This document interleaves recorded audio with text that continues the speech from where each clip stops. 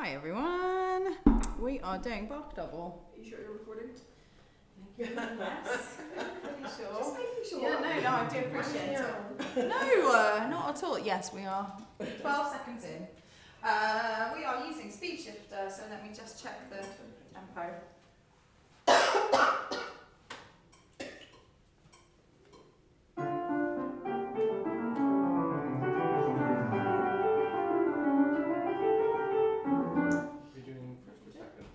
I'm doing second. You two are on second, we're on first. Cool.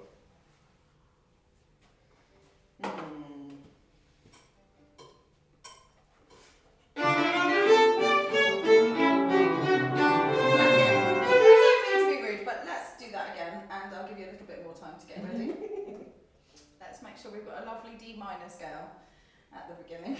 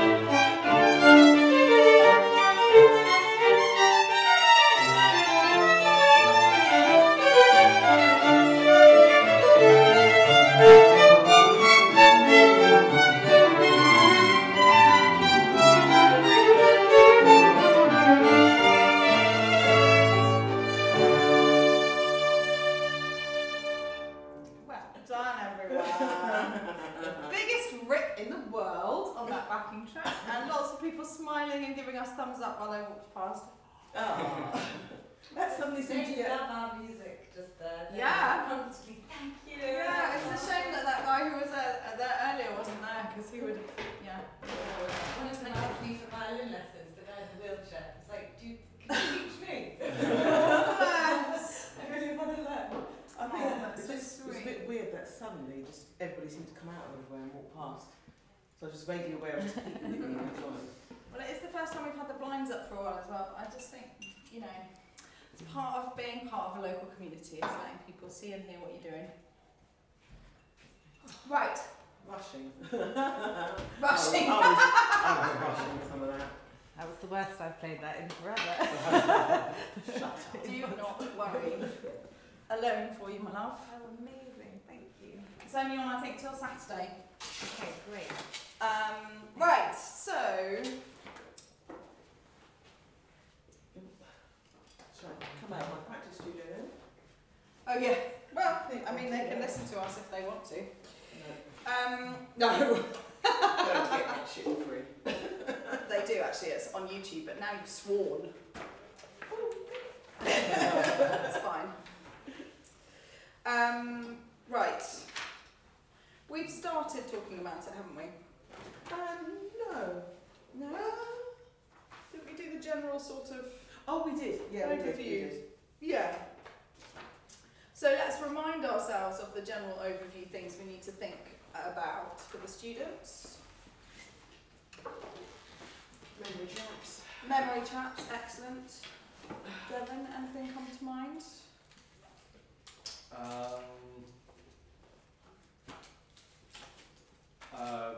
Accidentals? Yeah. Yeah. About a squillion of them. Yeah, Yeah. very good. Okay, anything, what did you enjoy about our playing? I memorised all of it. Thank you. Work in progress. I know, but it's just like, so it goes on forever. It's like It does go 7 on pages. It's forever. like, how the hell do you remember everything? Yeah, And the other pieces as well on top of that one. It's just, Yeah. thank you. And what do you think we could have worked on more? Or we could work on more? Well, I don't know, just because you two were just next to me, but it was hard to hear. Your So side. 11, okay. Yeah. Interesting. Like you hear. So but balance. Yeah. Yeah, okay, good. Hannah, what else do you think are general things about this piece that you would like to... I'm just going to say, obviously, at any point in any time that we're all together, you can always just say, I don't know, or pass. But just particularly because I know that you always answer every question, so if you just feel like, no, don't want to, just go, no. Moving between positions. Yeah, yeah, absolutely. The positions and the shifting are a real big part of the teaching points of this piece, and also something that you can very much simplify. Like I know that Helen Brother is now teaching all of the bits that you can in first position, and I have done that when we did it in my group last term. The kids who weren't on it yet did not learn the really hard parts, and they learned all of the tutty parts basically in first position. So that's a great option in that kind of situation. But I wouldn't really want to recommend that you always teach all of it. Obviously you can't teach all of it in first position, but all the bits you can, because I think, you know, we are trying to develop students with really brilliant facility at shifting, and this piece is a really great way to develop that. And you know, when you think about, particularly if they're on the book 4 version, what have they got coming up in book 5? Lots of shifting. In terms of shifting, what are the big challenges? The book starts with 5th position shifting, but they've got the country dance. Country as well. dance, massive, That's a yeah. one. And also, And the Vivaldi in yeah, that. the Vivaldi G minor Yeah. is like, you know, all of it. Yeah. So if you miss it out here, perpetual motion hardly has any shifts in it. So if they haven't really done very much shifting since Vivaldi A minor 3rd movement, if they don't do very much in perpetual motion because they can't, and then they don't do very much in Bach double because you've opted out of it, then there's nothing at all in Bach Gavotte. There's not very much, and it's slow in the Vivaldi A minor slow movement. I mean, it is in different positions, but it's not fast, facile shifting. So then suddenly you've got like 4 or 5 pieces before they get to another massive, you've got to be all over the fingerboard for Vivaldi G minor first movement, and then even more so for the third movement. So that's the toss-up. Good, and then also, you know, how to play a duet that is a violin concerto. This is quite an unusual thing to play. There aren't that many of them actually written in the repertoire, but they've got to really understand how to listen to one another, how to play their parts that are not interesting and not important down, and the bits that are important out, and which bits are a proper duet where you actually are really, you know, the interplay is between the two of you. So it's a really sophisticated thing to play, isn't it? That's why they love to get to it. It's because they're like, oh my god, look what I can do. And lots more, there's lots of ties and not syncopation as well. Tricky rhythms, yeah, definitely. And And some of it's hard to get together. Yeah. So the way that I approach this piece is 1 page at a time. I mean, that's not quite true. So we would go through to bar 21. I'm talking about the book 4 version for now. Through to bar 21 for the first credit. And then depending on if I've got a slower or a quicker learner, a slower student might go to the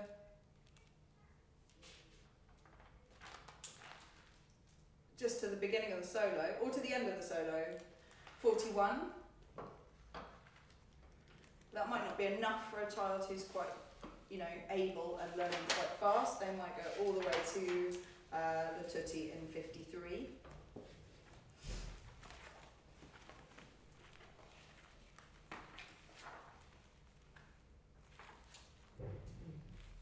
And then most kids will go from 53, well it's really 54, isn't it, the very end of 53, through to the end of 76, because the last 3 lines they've already done.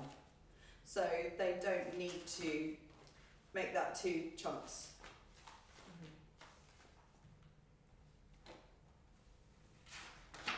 But some of them are basically doing a credit per page. And then we have the preview boxes. So in the second violin part, our preview boxes, page 24, it's written out, but it's bar 75. I think that we went into that in quite a lot of detail last time we talked about it, didn't we? Yeah, we did. We'll just review it now, but and bar 61, bless you. Yeah. Bar 40, sorry I'm going backwards, and bar 28. Those are the 4 preview bits. So if you've got an average child who's just ticking along quite nicely, but not putting loads and loads of time into their violin and doesn't find it really, really easy, you would probably do 1 page at a time. So when they're starting the first page, you would preview bar 28. When they're onto the second page, they would preview bar 40. While they're on the third page, they would preview bar 61. And then as they're on the penultimate page, they would preview bar 75. You might do the last 2 at the same time because of this issue of the end of the piece being the same as earlier. Oh, and those nightmare 2 bars. Those ones, no? 34. Oh, you're in a different page, okay. 34. To 35. I don't find that they find that as difficult as those preview boxes I've just given you. Okay. Lots of changes. There are lots of changes. It's definitely hard, but they just do that as a normal box mostly with me. But you know, there's no problem with doing more preview. So I think the thing about the preview, at every level, you're trying to front load what is harder for them, so that when they get to it in the piece, in context, they're like, oh yeah, I can do this. Not, they start at the beginning of the piece, like for example, if you're thinking about Le Ligabot, my lovely level 2s, that, you know, they can all learn how to play dun dun dun dun dun dun dun dun dun really easily. You do not want them to then get and I'll just be like, oh my god, what is this? So you want to have been doing they even start the beginning of the piece, so that when they get to it, you front loaded it. Does that make sense as a phrase? Front loading. Kit? Yeah. Yeah. Devin, does that make sense? Yeah. Great.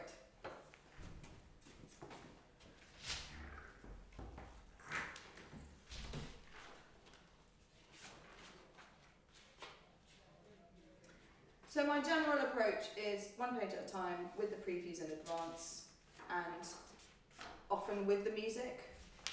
Then they'll often come back and do the memory, or they'll do the memory for the page they've got the credit for while they're learning how the next page goes. Depends on how difficult they find memory, or they'll do it with the music. By the end of book 4, I'm quite relaxed about whether they learn everything off by heart, because I think we've talked about this before, they can really slow down just to memorise, and I think it's not helpful unless they're 9. Like, yeah, if they slow down when they're 9 in book 5, that's fine, they should memorise.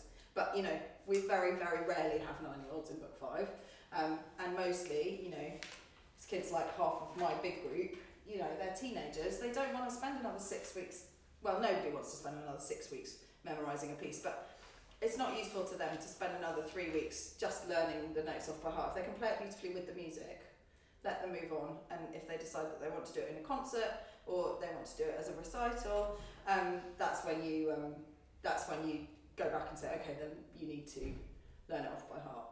And in that case, they will have had all of those extra weeks or even months listening to it every day, so it will be much easier for them to learn it off by heart. They will have been practicing it much more. They will have played it in group where they're not quite sure how it goes, but they just follow their friends or they follow the teacher. So there's all of these steps in between that make it easier if you do it later. So it's kind of the opposite of preview. So they learn everything off by heart eventually. I wouldn't say even everything at this level. I would never not have everything off by heart until the end of the Sykes concertos. Vivaldi A minor is a graduation piece, so they do need to learn that off by heart. But by the time they get to the third movement of A minor, Perpetual Motion they always learn off by heart because it's so easy, because it's just the same tune round and around. So by the time they get to this piece, it's been a mix, maybe. Lots of them do learn everything off by heart still. It's not a problem. But if you've got a child for whom it's a problem, you have to choose whether it's worth it investing the extra time and maybe them feeling that they're holding back, or whether it's worth them, you know, moving forward and feeling better about it, and coming back to memorise it for a concert or for a recital or something. Okay. So, once they've got it either off by heart or at a high level with the music, then we do the duet credit. So they would be probably well into book 5 for most kids by the time they get their duet credit, where they can play it with you, but on the opposite part, without your help. And that often takes quite a few weeks to get together, because there are all those bits where suddenly you're like, oh, yeah, when you play it by yourself it's kind of fine, but if you do it alone, it's not. And do you teach both parts eventually, or? Yeah. I teach it in the order that it's in. But again, like we had with the group, I taught a bunch of my students who weren't at the end of book 5, the book 5 part, because if they'd all learnt the book 4 version, and then, you know, if they were in like Vivaldi G minor, the middle of book 5, it wasn't too hard for them to then learn the first violin part, so that in our group we could have an even split. And likewise, would you say that you wouldn't expect to give them credit for the violin 1 part until they were into book 6 for the duet? Okay. But often they'll do it earlier because they've done it. Because then most of the skills that they learn for the duet credit aren't to do with what notes they're playing, it's to do with how it fits together. So by the time they've done it for the second violin part, it tends to come very quickly for the first violin part. So you do teach everyone both parts? Yeah, in order, like they are in the books eventually. Yeah, but sometimes my book 5 students will learn it earlier. I would never teach the first violin part before they've learnt the second violin part. I think that would be quite a challenge. But because there aren't very many extra things that you learn from the first violin part that you haven't started, at least, in the second violin part, I will often bring it earlier. And you know, if you think about book 5 as a whole, you've got the kind of warm-up pieces at the beginning, the first two, and then you've got Vivaldi G minor, which is the massive challenge, and then you've got Country Dance, which is a huge challenge in a completely different way from Bach and Vivaldi. Almost nothing in common, right? Then you've got German Dance, which is not really very much of a challenge at all, just a slight shifting and extending kind of stuff. Then you've got Veritini G, which is relatively simple compared to Vivaldi G minor. And then you've got Bach double. So as long as they're kind of, I think, as long as they've done at least one movement of the Vivaldi G minor, there's no reason not to bring the Bach double forward and do it then, in terms of the technical development of the book. Because they've got so many of their basic skills really well honed already, it's sort of like, you know, you're kind of at the buffet time of like, well, you can do this piece, this piece, this piece. Like, there's no real reason for us to say Country Dance should be after Vivaldi G minor. This is a completely different, not completely different, but you know, like playing up-bow spiccato, those big romantic shifts, that's not, you know, yeah, it will be easier for them if they've already done Vivaldi G minor, but it's because they've been practicing for another however many months, not because Vivaldi G minor prepares them for that. Same with Veritini G, it will be easier for them to learn if they don't do it later, but they could easily, I mean, Dr. Suzuki could easily have decided to put Veritini G in as the third piece of book 5. So it's sort of, it's more like just a block of pieces that work as a really great whole together, rather than like book 4 is very much like you wouldn't dream of doing perpetual motion for a kid who's not played a Sites concerto yet, right? If you think they've done Bach Worry, that's the hardest thing they've ever played. And then you give them perpetual motion, that would be ludicrous. But if you flip it forward, if you flip forward a book, and you think, okay, this child's played everything in book 4. They played Bach of Arts, they've played the slow movement of Vivaldi G of A minor, Veritini or Vivaldi G minor first movement. It's even, isn't it, really? You might even say it would be kinder to give them Veritini because it's not as hard, but that's, again, back to that learning like this thing. Those chords are interesting though. Yeah, but it's but not it's well. that. It's not well. So those chords are prepared for by book 4. They're not prepared for by anything else in book 5, really. Okay, so yeah, and I think, and also let's remember that this is the stage where Dr. Suzuki was saying, you know, book 5 is where you start to do the pieces that mean more to your students. He meant culturally in terms of geography, like if you're in Germany, that you would play more. Well, there's loads of German stuff, but you know, or for example, like if you're in America, that you might play more American music.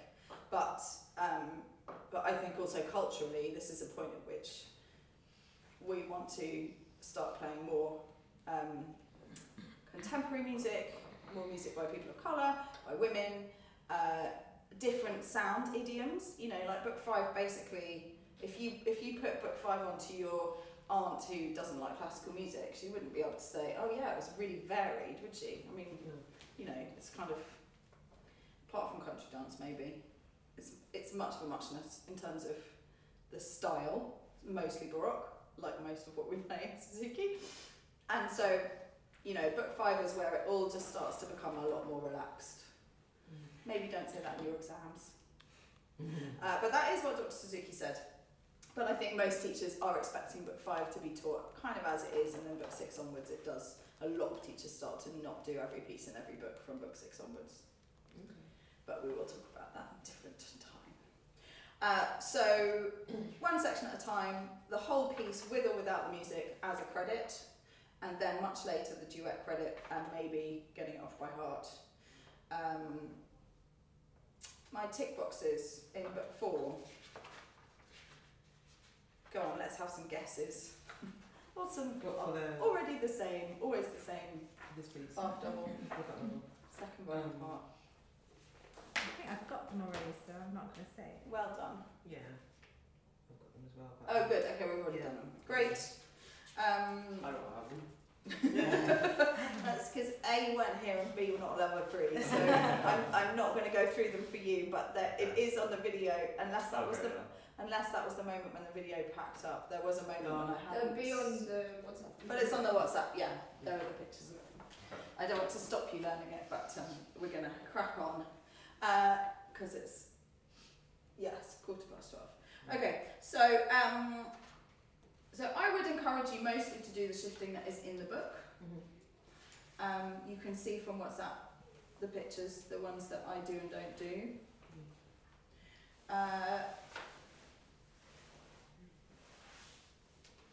And so I think really all I want to do is go over the preview boxes and just have a quick look at the first violin part as well. But let's go through those boxes in the second violin part.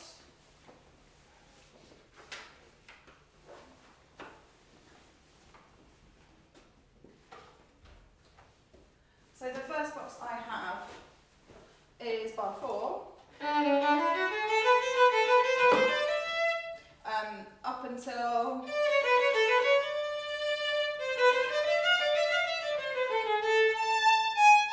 up to there. Joe, why is that a box? One reason, please.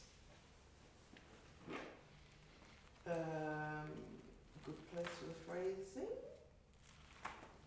Sounds like a complete unit to me. Sorry? Sounds like a complete unit to me. It's a good place for the phrasing, but also it's like where first and seconds. I think we're talking at cross purposes. What is hard in this bit that means it needs to be in a box? Sorry, my fault. Accidentals. Accidentals. Accidentals, excellent, especially in the first 8 notes. Especially the G sharp, they mostly won't get. Good. Hannah, one other thing? The counting for the long notes. Excellent. And the bowing for the long notes. Counting and saving your bow so that you've got enough left for the semiquaver after.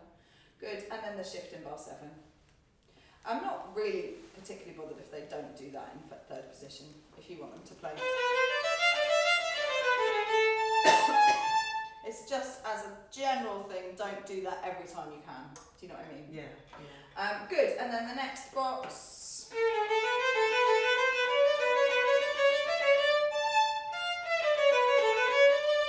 Again, accidentals, particularly the chromaticism in those semiquavers. Do you do the 4th finger in bar 10? Yep. At this stage, have you explained how they can figure out where their fingers are? Oh yeah. When do you do that, and how do you do that? So I would say, and that's interesting, that's why this is a gap in what we've talked about. When do you think, from having done level 2 with me last year, you would expect your students to know? And we will also talk about this in sight reading, which is this afternoon, so it's a very pertinent point. But when do you think you would expect to be, for a child to be able to work out what every note on the violin in 1st position is called? And what it looks like on the stave. Not immediately like sight read it, but work it out, have the skill. But 1 or 2. I tend to, for me, I try and introduce that sort of thing quite early, but if they're not doing much music reading in general, getting it to stick is a problem. Yeah. So I'd say by early book 2, they should Every know. note. I think that's optimistic. I mean, obviously, like I keep saying, you can teach whatever you want to teach. You can make sure that your students understand that from day 1. It will just take a lot longer than if you don't. So if you're thinking about the sight reading thing, and I know it was a few weeks ago now that we did the first section of that, maybe have another look at that from YouTube. But we're expecting, hoping, that they will be at the end of I Can Read Music Book 1, by the end of Suzuki Book 1. Now if you think about what the end of I Can Read Music Book 1 looks like. Only high 2s, right? Yeah, it's sharps and naturals for 2s, and maybe B flats? No. I don't even know if it's got B flats on the G string, I mean. Yes. I think it's just I don't moving the two. I think it's just a C sharp and maybe the G sharp on the A and E string and the D string.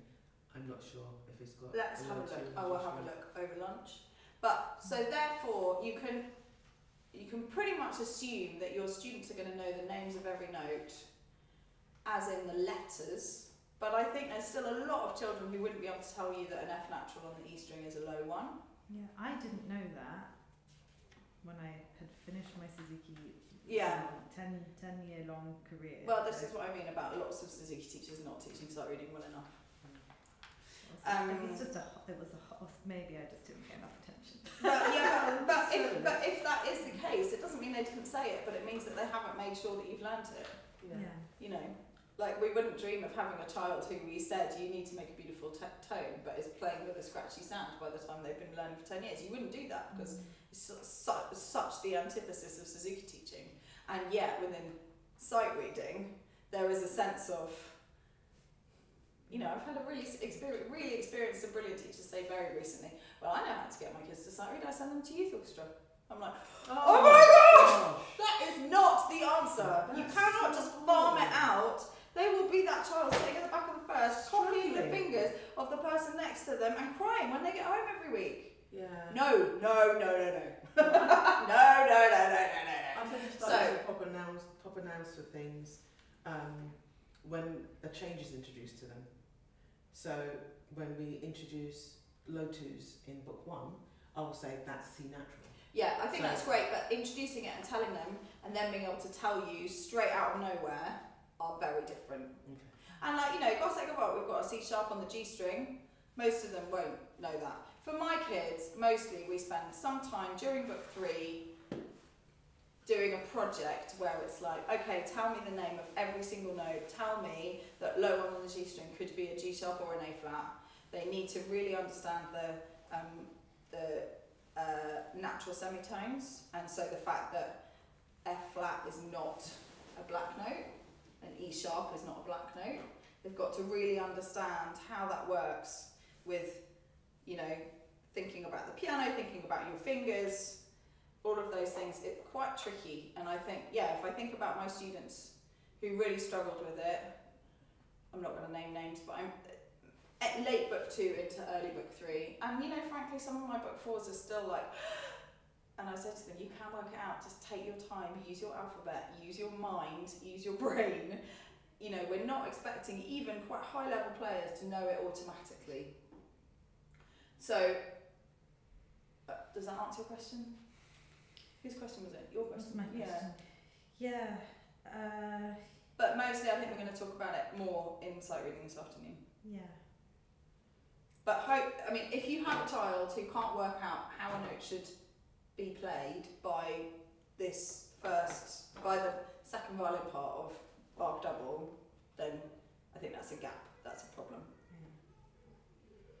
But there are always outliers who don't do things in the way we wish they would do. Thinking about one of your students who probably can't do that, who used to be my student. So don't judge yourself by, you know, everyone. Okay. It's also the first piece that I've really noticed it with. It's like you can't fudge it. You can't just listen and because there are too many and it's too fast. Yeah. So it was the piece where I was like, oh, we've got to do some sight reading. Yeah. Apart from maybe those cadenza bits of the Vivaldi A minor. Yeah.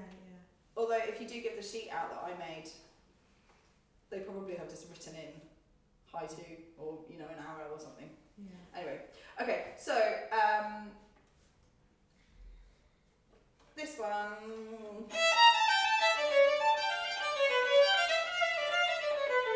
We talked about before. It's on page 24, the preview. Just have a look and see if you have any questions about that. Do you remember from looking at your notes how we approached it?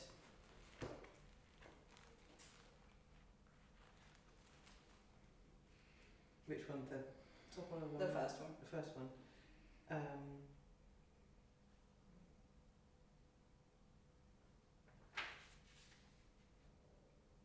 In groups, right? What do you mean? Oh, what other one was it? So if if you look in the middle of that page, 24, Yeah. at the end of it, it's got the crotchets. Yeah. 3 C sharp, B natural, which they didn't print. Mm. 3, 3, 1, 3, 2. Yeah, changing that to And then you introduce what's before it very slowly, once they can do that easily. Good. Yeah, this box you may want to do as a preview.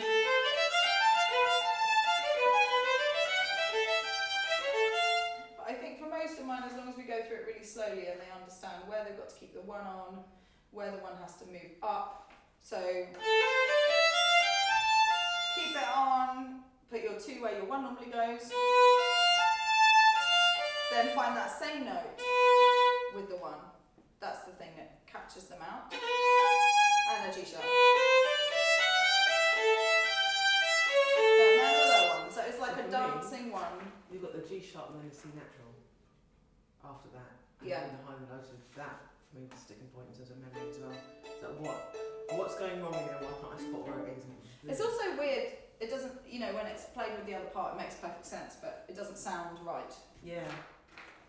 This part. Mm. That's what you expect. So yeah, it's partly just recognising that. And then we've got the other preview box.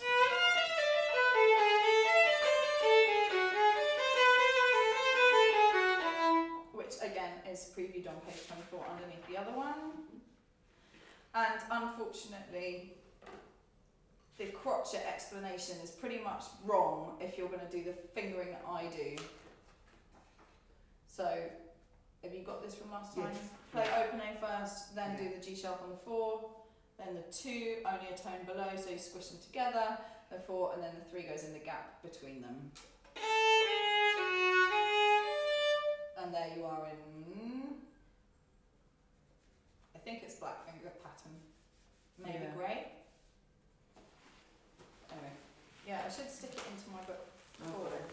Thank you. It used to be just there, but these things happen. Thank you. So it's brown actually.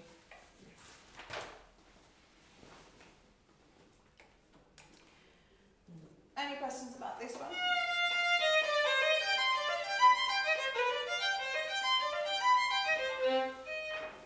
That's my favourite bit. And then we've got another normal box at the end of that page.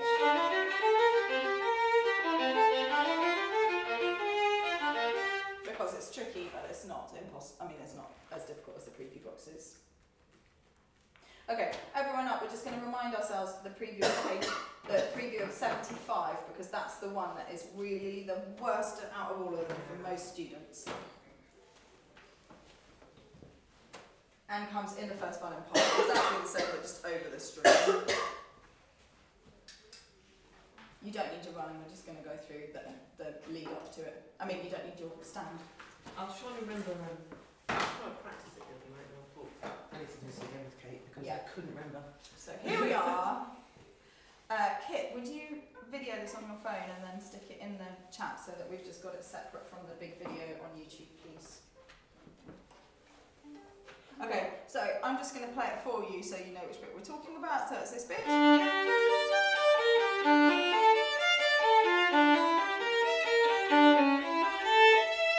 And the tricky thing about it is that the shift is a different distance each time, the finger pattern is different each time, and then at the end we've got contraction and extension. Right, so if you know it off by heart, let's just play it. I'll do my turn, your turn.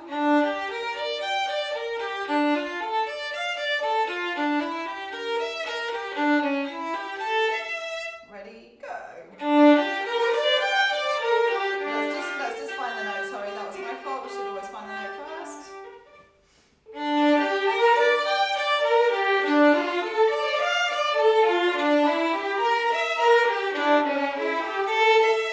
Okay, so find this note.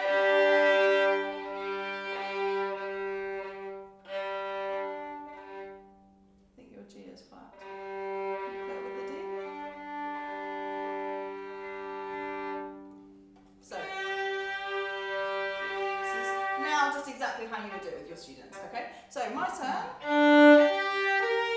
It's a minor third. Ready? Play. Good, and now we're going to play back onto the one. A tone shift. Okay, stretch your 3 because the next one is a major third. Ready? Play. Good. Go back to the one which you've kept on. And a semitone. And then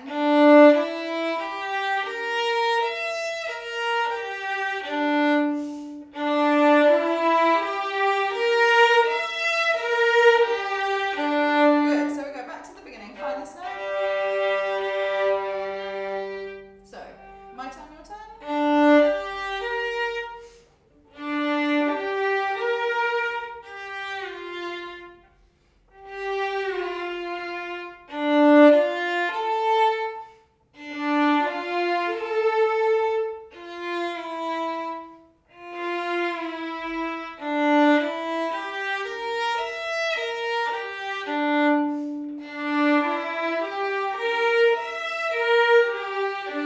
Good, so that would be the practice for a week, maybe 10 times. Then, so they'll come back feeling much more confident about the beginning of each set and the shift in between. And then,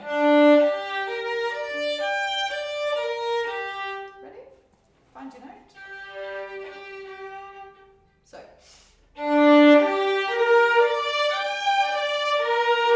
good, leave your bow off, do that shift. It's a whole shift, a whole tone, and stretch your 3, ready? Pick your 1 up. Let's see if we did it. My turn? No, I didn't.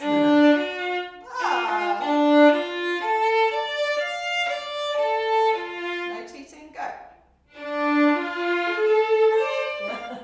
Well, the F was amazing and then it all fell apart. Okay, so this is also what happens with the students. It's quite fun to do in group if you've got a small group of kids at the same level. Otherwise, do it in your private lessons. So, okay, let's go back to the beginning. Ready, play. Imagine beyond. Ready, go. Imagine beyond. And keep going. Good, so then we'll put it all together and still don't worry about the bowing.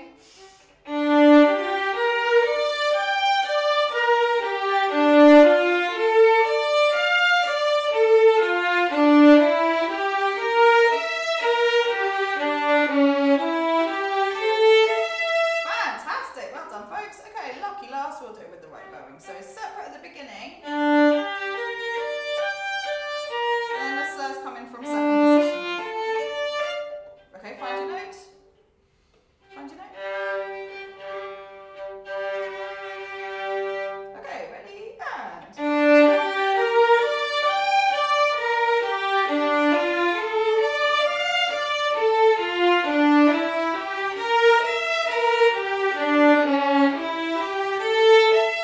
Excellent, and at this point, the reason this is preview is because they've got probably at least 2 weeks of doing it really slowly 5 times and then medium 5 times, and then in the second week medium or very slow first 5 times, and then up to speed, and then gradually getting faster each practice. So it's a big project, those 2 bars? How many bars is it? Yeah, 2 bars, to make sure that you can really get it to the stage where they can play it, you know.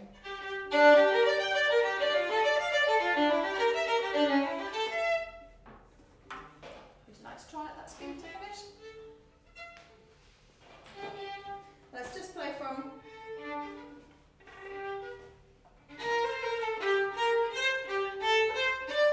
Let's play from there. So it's a G. Do you know where we are? Top of the page. Okay.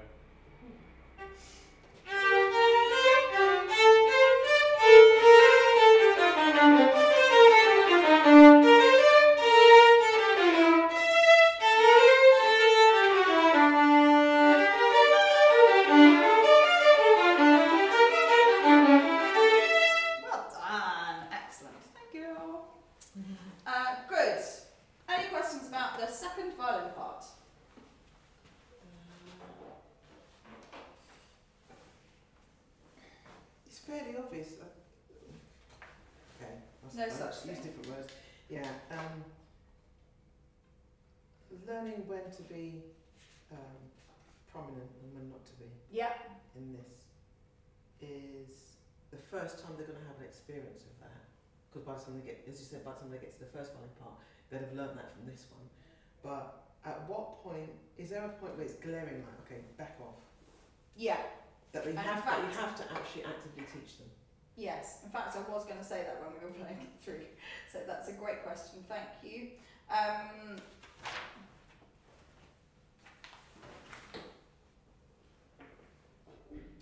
Well, the occasional bars, such as 33, but Yeah. definitely 36 and 37, the first half of. Like when the others are playing, which you teach in exactly the same way as what we just did, so we don't need to talk about that when we get to the first violin part. But if you hear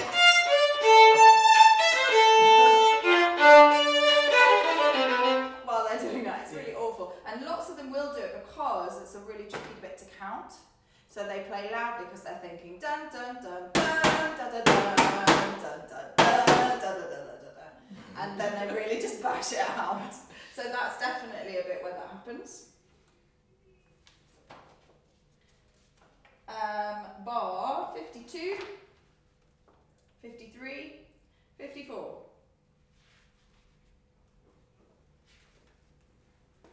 59 and 60, that's the bit I was going to call out when we were playing it, but I just didn't quite have the brain power to shout out as well as play it.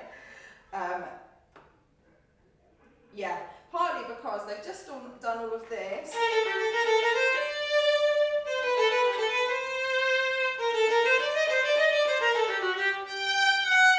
And so lots of them are so pleased. I can play it that they just bash it out. And rush. Yeah, and rush. And it's therefore the same in the first violin part, but we'll talk about that when we get there. Again, 67, 68, 71.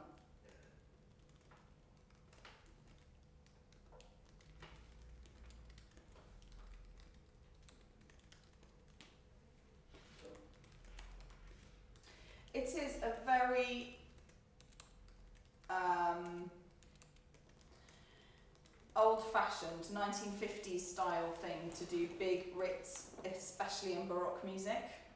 So these accompaniments that we have are still sort of taking what Dr. Suzuki would have done, and mostly ick. So, you know, if you're thinking about the end, the same with the Vivaldi concertos.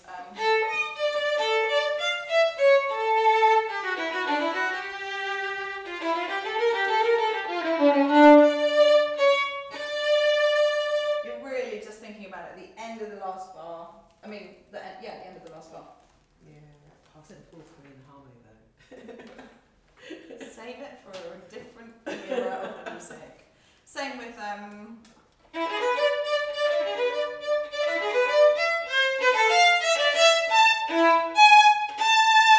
mean, it's just really like that's a really 1950s way to play it. So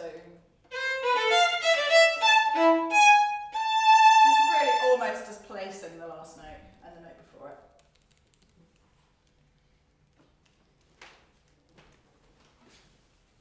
Are you alright? Yeah. Good. And to put it in context for book 3, like thinking about Martini Gavotte,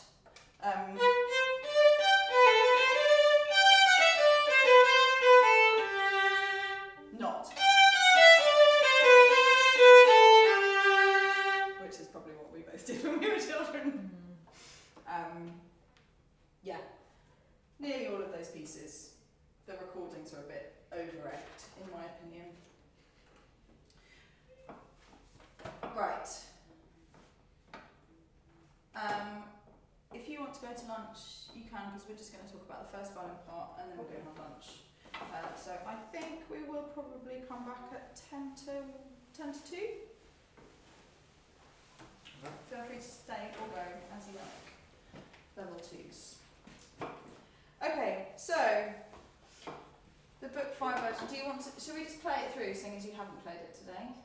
The First violin part. Yeah.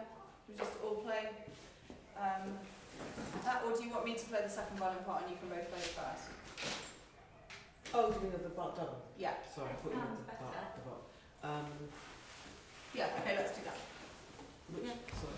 So you're both going to play first violin and I will play second. So it's still. Yeah, I'm going to use a first one. My bowing is totally squeaky. Both.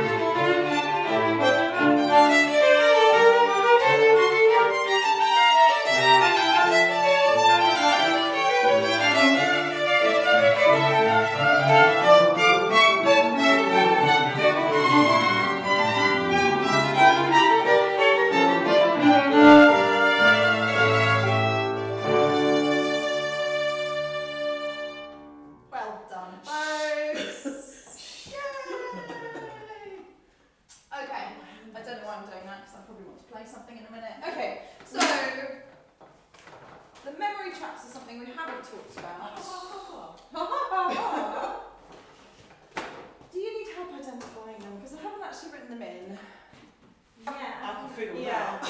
you can figure them out. Yeah, well, I think yes.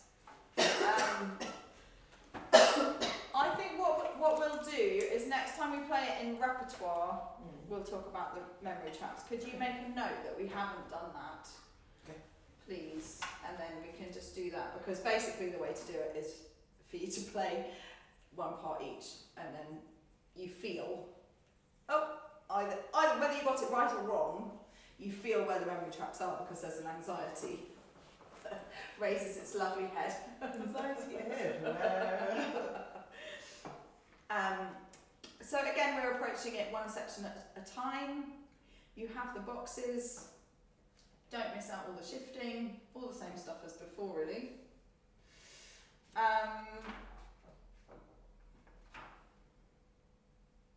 Obviously, some kids will need practice boxes in places that you may not expect, but the ones I've put in are the ones that they almost always need. So the first one is 22, and it's partly because we really want to avoid that. So they have to practice it slowly with the guide note. Travel on the 1, put the 4 on, play. Bar 22 into 23 of the first violin part, book 5. Oh, thank you.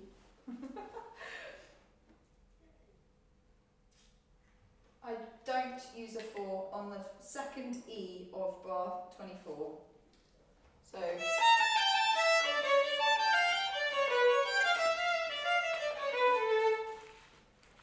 see no reason to use a 4 there at all. And that low 3 on the C sharp is sort of, you know, similar to what we were talking about in the full second violin part.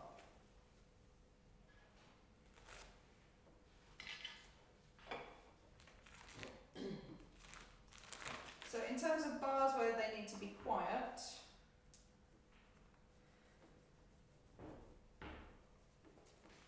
bar 32,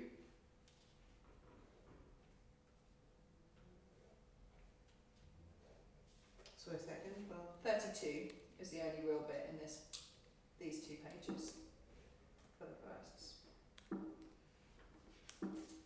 Sort of bar 14, they do need to be aware that you've got da da da da dun dun dun dun dun dun dun dun dun in the other violin part, but mostly I think they do realise that. Any questions about those first 2 pages? Hannah, you look confused. My computer's saying I can't type anymore because my spaces. I've got no more space. That's Oh never my happened God. to me before. Have you deleted your downloads and emptied your bin? No. I'm going to just get this one. empty bin first. Yeah. That sounds painful. Ignore me. Okay. I'll catch up. So, bar 36.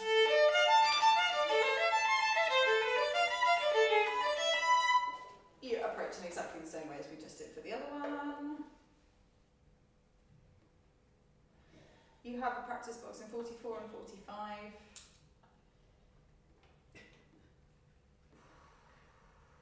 Wow. Okay, so let's say again. 44 and 45. Right. Anyone watching the video is just going to be like, what are they laughing about? A really crusty man just walked by. But he was coughing and wheezing and then As smoking. in his hands. A, low 4 on G sharp, 2 on the F sharp, 4 on the G sharp, 3 on the D natural.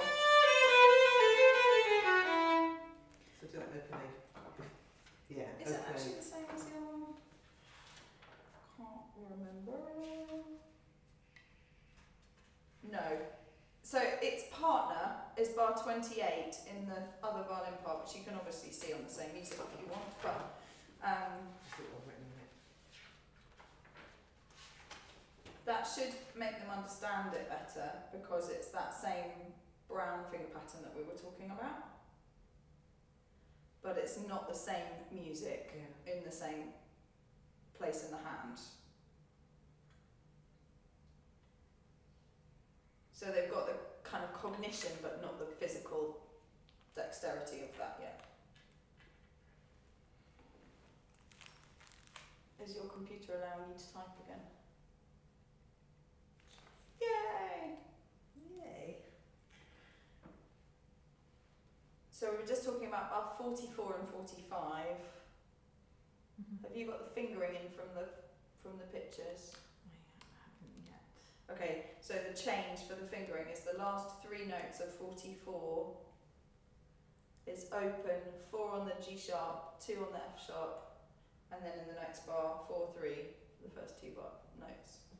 So that corresponds to bar 28 into 29 of the second violin part, but it's not the same fingers, so they understand how it works, but they still need to practice it.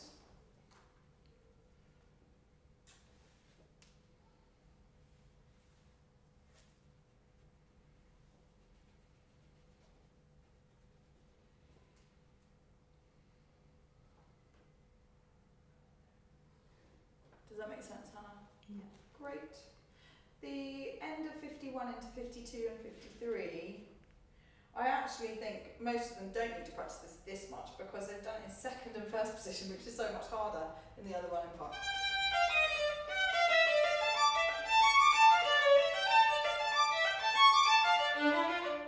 So once you can do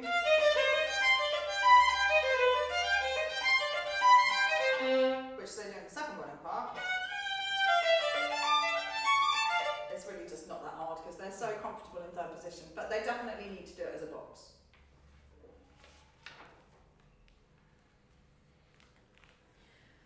And then obviously it's the corresponding music, bar 58, 59, 50, 10. 58, 59 and 60.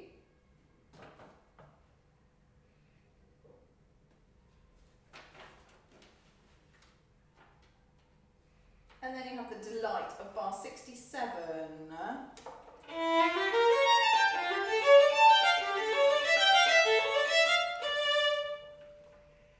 String crossing, chromaticism, finger patterns, bowing, tempo. A few challenges.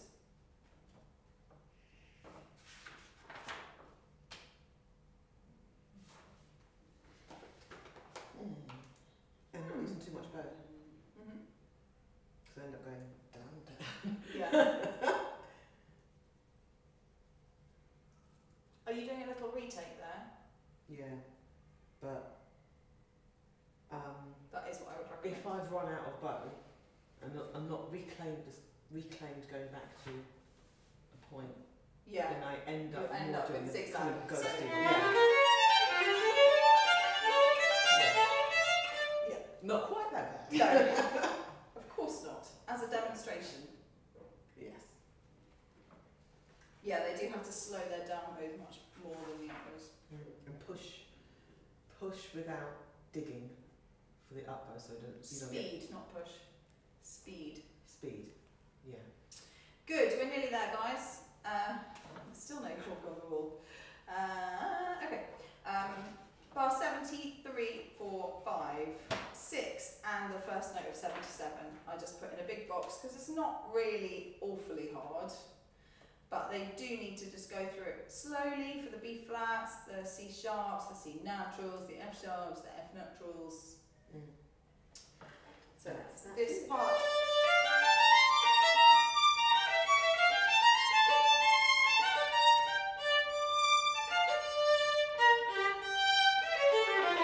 And the reason I keep those last 2 bars in that box, if you've got a child who really can play it, then don't bother.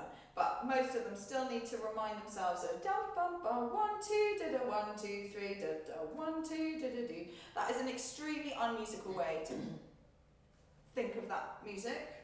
But I find for most of them it's so confusing that because of the way it's written over, you know, it's not just a crotchet, so you can't count 1 beat because it's over the beat. And then it's a tie over the bar line. It's so confusing how it's written. I literally just get my kids to go dun dun dun 1 2 da da 1 2 3 da da 1 2 da da da da da da, and then they can do it.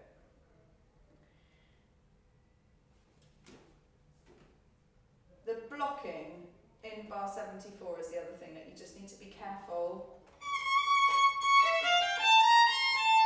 that by the time they put that one on, they need to know that they've got to pick it up there and block it over both. Where are we 74. Or they can block it from the A in 74, the first, like the 5th note. But if they don't block it at the beginning, so if this is just on the E string, and then they try and roll over or hop over to the D, that's what will not sound nice. So either you block it from the 5th note of that bar, which is quite complicated to think that far ahead. Block. That's not what I play when I play it, but it's possible. Or lift and replace. That's what's recommended in the book, is if you look at it, well, it's not recommended, but it's implied that this 8th note of that bar needs to be blocked so that you don't have to hop over to the A string for the D. Do you want to play this? You're both looking a bit confused. Yeah, I think I'm looking at the wrong place. So Bar bar 74. Right. 3, 2, 3, 4. If you block here, 1 over E and A, then you're fine. Most people don't, because you don't need to think about the block for another 5 notes. So if you're going to block from where it says, you know, those brackets above the notes, you just need to make sure you've released the one on the 5th note. Let's get violins and play on.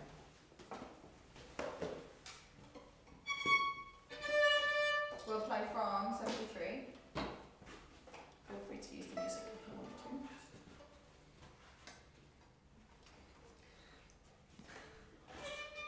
So, my turn, your turn. Open ears. And then we're going to stop and talk about the next bit. F natural. There it is. Open. Stop. Right, so here, block.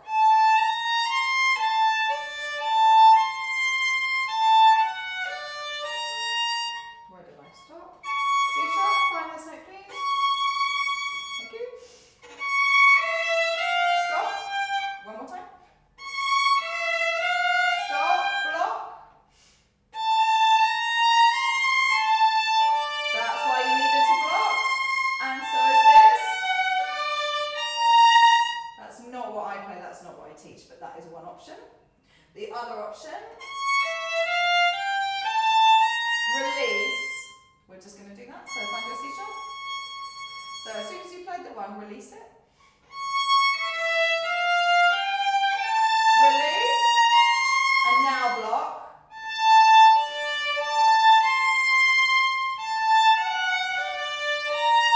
Do you keep it blocked? I don't keep it blocked because there's a note in between each. So it's just the.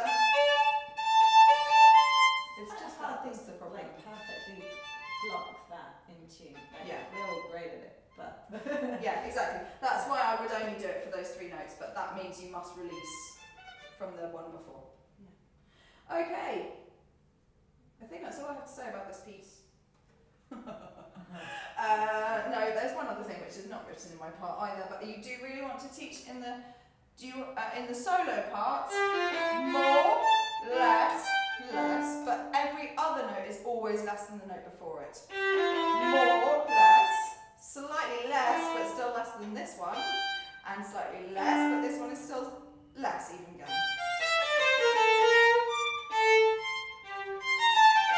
So the tune you're hearing,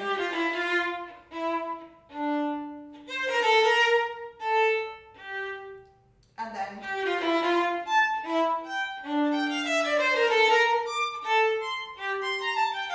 and I just did it, what you hear all the time.